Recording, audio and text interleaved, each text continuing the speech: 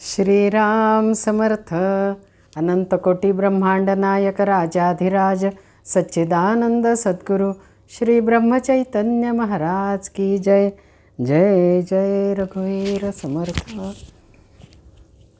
सद्गुरूंना वंदन करून आपणा सर्वांच्या हृदयस्थ परमेश्वराला मी वंदन करते.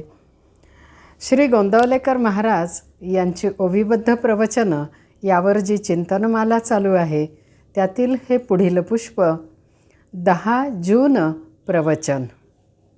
आपला व्यवहार परमार्थ घडतो तो सर्व त्याचे इच्छेने चालतो. सध्या जून महिना, पावसाचे दिवस. पावसाचे दिवस म्हणजे नवसंजीवनी देणारे दिवस असतात. सृष्टीचे सृजनाचे कार्य जोमाने सुरू होते. उन्हामुळे तप्त झालेली धरणी, तृषार्त झालेली धरणी पावसाचे जल प्राशन करून तृप्त समाधानी होते आणि त्यातून तिच्या पदरात जी बीजं पडलेली आहेत त्यांना अंकुर फुटायला लागतात, त्यांची रोपं वाढू लागतात, त्यांचे वृक्ष तयार होऊ लागतात, ते फळाफुलांनी लगडतात आणि मग तेच वृक्ष पांथस्थाला सावली तर देतातच पण फळंही खायला देतात. परंतु पांथस्थाकडून कोणतीही अपेक्षा ते ठेवत नाहीत. हा सृष्टीचा व्यवहार कसा चालतो हे आपण कधी जाणून घेतो का हो? एका अज्ञात कवीच्या काही ओळी मला आठवल्या. वैशाख मासी प्रतिवर्षी येती, आकाश मार्गी नवमेघ पंक्ती, नेमेची येतो मग पावसाळा, हे सृष्टीचे कौतुक जाण बाळा. पेरूनी याते मण धान्य एक, खंडीस घे शेतकरी अनेक, पुष्पे फळे देती तरू कसे रे, हे सृष्टीचे कौतुक होय सारे. हा सर्व सृष्टीचा व्यवहार नित्यनेमाने युगाने युग चालू आहे. मग ह्याचा निर्माता कोण आहे? तो तर आपल्याला कुठे दिसतच नाही. परंतु शेतकरी शेतात धान्य पेरतो आणि पीक आले की म्हणतो, हे मी केलं, मी वाढवलं, मी खत घातलं वगैरे वगैरे. त्याला वाटतं तो करता आहे, त्याच्या इच्छेने तो करीत आहे असे विचार मानवी मनात येतात. पण जर पाऊसच पडला नाही तर पीक येईल का? म्हणजेच वेळेवर ऊन पाऊस हे सर्व तो सृष्टीचा निर्माता, ज्याला आपण ईश्वर म्हणतो, त्याच्या हातात हे सर्व आहे.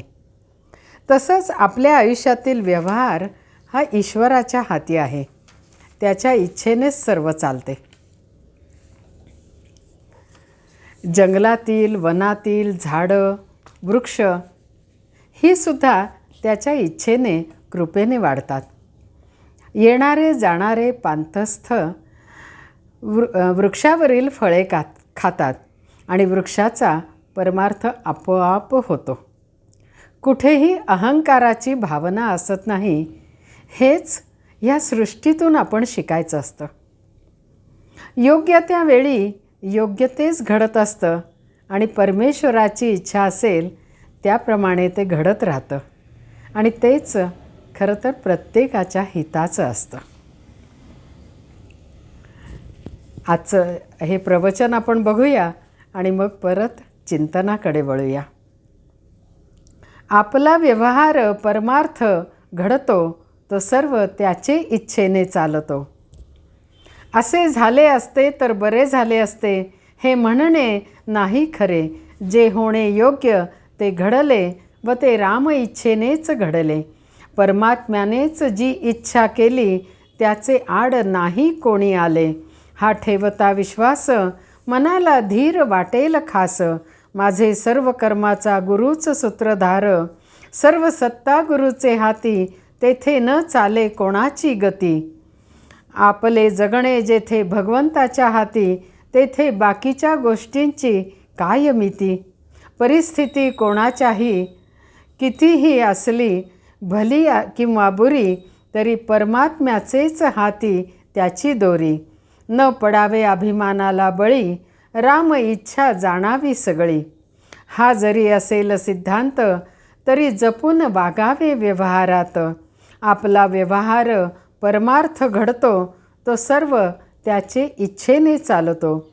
म्हणून होणे जाणे भगवंताच्या हाती, आपण त्याला जावे शरणागती. चित्तात ज्याच्या राहिले समाधान, तोच भगवंताचा आवडता जाण. ज्याचा विश्वास रामावरी, त्याला समाधान स्वीकारी. माझे हित रामाचे हाती, हा धरिता विश्वास. समाधान मिळत असे जीवास. आपण होऊन रामाचे जाण, सदा राखावे समाधान. मी माझे करावे रामार्पण, तेथे समाधानाचा अनुभव पूर्ण. आस ठेवावी रामापायी, आनंदी समाधानी राही. अंतरी समाधान हेच आपले साधन जाण. संसारात न पहावे उणे पुरे, ठेवावे त्यात समाधान खरे. जशी जशी ज्यावेळी जी परिस्थिती, तशी तशी असावी समाधान वृत्ती. ज्या स्थितीत ठेवील राम, त्यात राखावे समाधान. चिंता अहंता ममता कोणी कारणा वाचून, केले छळ कपट अपमान, अथवा बोलिले शब्दबाण, त्यात राखावे समाधान. समाधान देणे नाही दुसऱ्याच्या हाती, ईश्वर कृपेनेच त्याची प्राप्ती. जोवर संशयी झाले मन, तोवर न होई समाधान. विषयास घातले खत जाण, तरी कसे पावावे समाधान. जोवर दृश्याचे भान, तोवर मनी न राहे समाधान. समाधानाची स्थिती उपाधिरहित असावी वृत्ती. कोठे ठेवावे मन, जेणे मिळेल समाधान. समाधान नवे देहाचा गुण, मनाने भावे भगवंताचे आपण. पांडव झाले वनवासी, पण अखंड राहिले भगवंतापाशी. पांडव भगवंताचे भक्त झाले, वनवास नाही चुकविता आले. त्यांनी केले भगवंताचे स्मरण, जेणे राखिले समाधान. आता झालो मी रामाचा, हा विचार ठेवा वासाचा. ऐसे होऊन राही समाधान, तेथेच पाही. बोधवाक्य. सर्व करता राम, हे ठेविता चित्ती. समाधान येते त्या परती. आता परत चिंतनाकडे वळूया. जे होणे योग्य ते घडले, व ते राम इच्छेने घडले. एकदा एक गोष्ट वाचनात आली की एक माणूस परमेश्वराला म्हणतो की तू काही दिवस माझ्या सांगण्याप्रमाणे कर, बघ किती भरघोस पीक येईल. परमेश्वर बर म्हणतो. हा माणूस सांगेल तेव्हा ऊन पाऊस पडायला लागतो. पीक जोमानं वाढतंय म्हणून तो माणूस खुश असतो. पण पिकातून धान्य काढताना पाहतो तर सगळे दाणे पोचट असतात. मग तो माणूस परमेश्वराला विचारतो, असं कसं झालं? तेव्हा परमेश्वर सांगतो, अरे हे सृष्टीचे नियम मी ठरवलेत. त्याप्रमाणे ऋतुचक्र चालली तरच सर्व व्यवस्थित होतं. मग त्या माणसाच्या लक्षात येतं की परमेश्वर करतो तेच योग्य आणि आपल्या हिताचं असतं. तसंच आपल्या आयुष्यात चालणारा सुखदुःखांचा खेळ हा सुद्धा त्याच्या इच्छेने होत असतो. हा विश्वास मनात ठेवावा, म्हणजे मनाला धीर वाटेल आणि मन स्थिर होऊ लागेल. माझे सर्व कर्माचा गुरुच सूत्रधार, सर्व सत्ता गुरुचे हाती, तेथे न चाले कोणाची गती. आपल्या आयुष्यात येणारे सद्गुरू हे परमेश्वर स्वरूपच असतात. त्यांनी परमेश्वराची प्राप्ती करून घेतलेली असते. परमेश्वर आणि सद्गुरू वेगळे नसतातच. म्हणूनच गुरूंचीच सत्ता आपल्या आयुष्यात चालत असते. अगदी प्रभूंनी अवतार घेतल्यानंतरही त्यांनी गुरूंकडूनच ज्ञान प्राप्त करून घेतले आणि गुरु आज्ञा पालन करीत राहिले. श्रीकृष्ण अर्जुन यांची जोडी पाहिली की हेच लक्षात येते की महायुद्धात अर्जुनाच्या रथाच्या दोऱ्या श्रीकृष्णांच्या हाती होत्या. त्यामुळेच अर्जुनाला युद्धात जय प्राप्त झाला. यत्र योगेश्वरः कृष्णो यत्र पार्थो धनुर्धरः तत्र श्रीर्विजयो भूतिर् ध्रुवो नीतिर्मतिर्मम. जेथे योगेश्वर श्रीकृष्ण आहेत आणि धनुर्धर पार्थ म्हणजे अर्जुन आहे, तेथे श्री, विजय, ऐश्वर्य, नीती आहेतच. श्रीकृष्णाला जगद्गुरू म्हणतात ना. जगद्गुरूच्या सान्निध्यात अर्जुनाला ज्ञानप्राप्ती झाली आणि युद्धात विजय मिळाला. इतकं महत्त्वाचं स्थान असतं आपल्या आयुष्यात गुरूंचं. हीच गीता श्री महाराजांनी अगदी सामान्य जनांना समजेल अशा भाषेत सांगितली. सर्व कर्माचा गुरुच सूत्रधार. ज्ञानेश्वर माऊली पण म्हणतात, गुरु तेथ ज्ञान, ज्ञानी आत्मदर्शन, दर्शनी समाधान आधी जैसे. आपल्याला आयुष्यात समाधान जर हवे असेल तर सद्गुरूंच्या हाती सर्वस्व सोपवावे. प्रयत्न आपण सर्व करावेत, परंतु त्याचे फळ अमुकच असावं हे मात्र आपण ठरवू नये. श्रीमद भगवद्गीतेमध्ये स्वतः भगवंत उपदेश करतात की येतु सर्वाणि कर्माणि मयि संन्यस्त मत्पराः अनन्येनैव योगेन मां ध्यायन्त उपासते. जे जे सर्व कर्म मला अर्पण करून मत्पर होतात, म्हणजे माझ्यामध्येच ते स्थिर राहतात, माझ्या चरणी जे स्थिर राहतात, माझे होऊन राहतात, तर असे भक्तियोगाने जे माझे ध्यान करतात त्यांचा मी उद्धार करतो.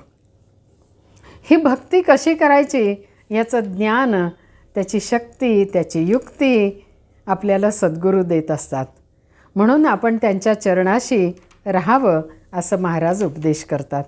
ते पुढे म्हणतात, न पडावे अभिमानाला बळी, राम इच्छा जाणावी सगळी.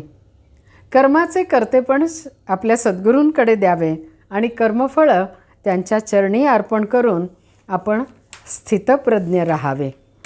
गीतेमधला निष्काम कर्मयोगच महाराजांनी सोप्या भाषेत उलगडून दिलेला आहे.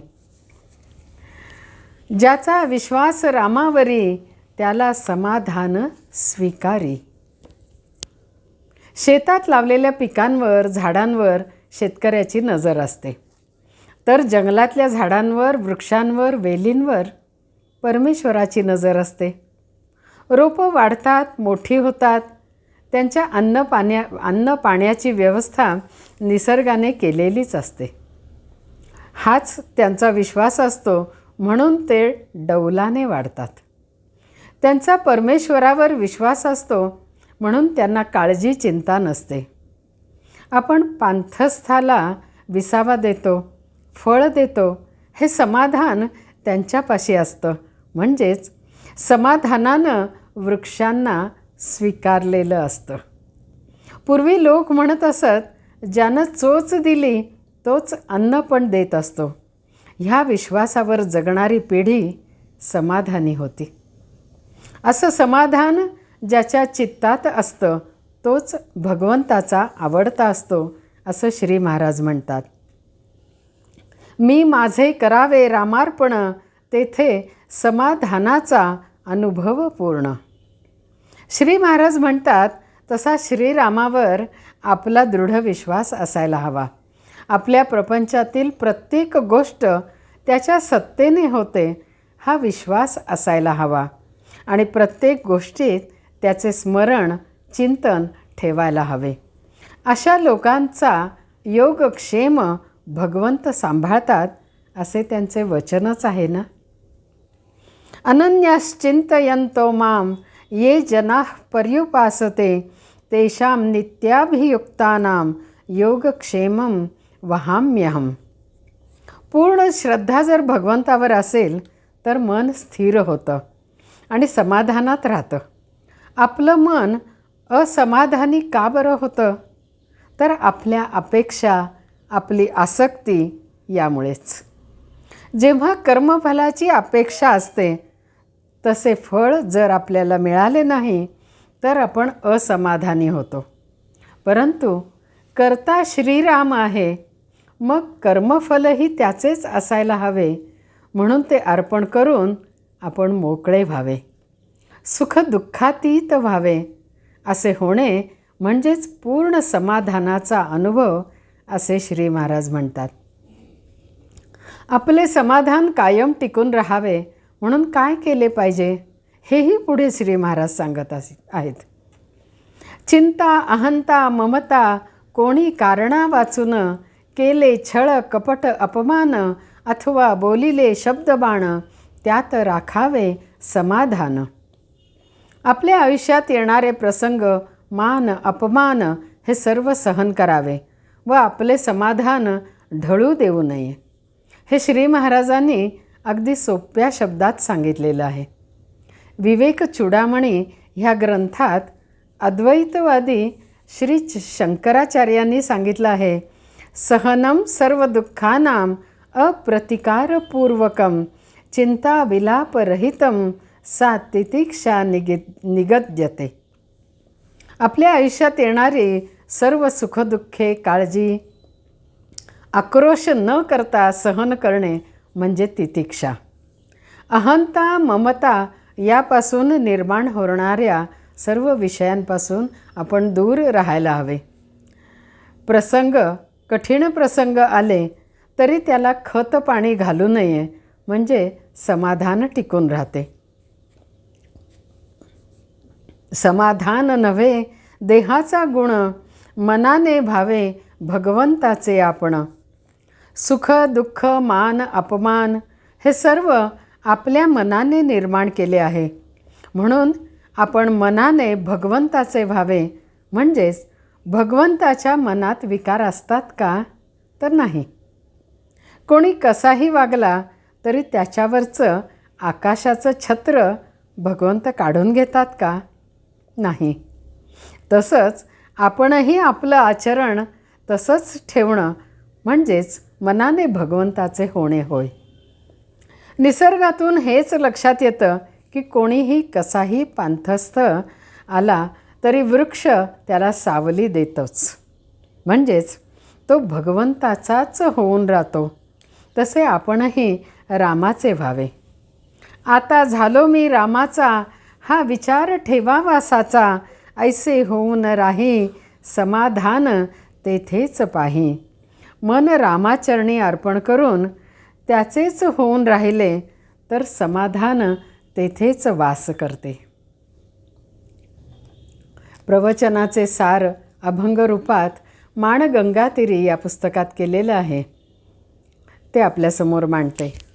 जन्म मृत्यू स्थिती सर्व त्याचे हाती, न चाले हो गती कोणाचीही. आहे माझे हित रामाचे हातात, विश्वासाने प्राप्त समाधान. छळ अपमान घायाळ हो मन, परी समाधान राखावे हो.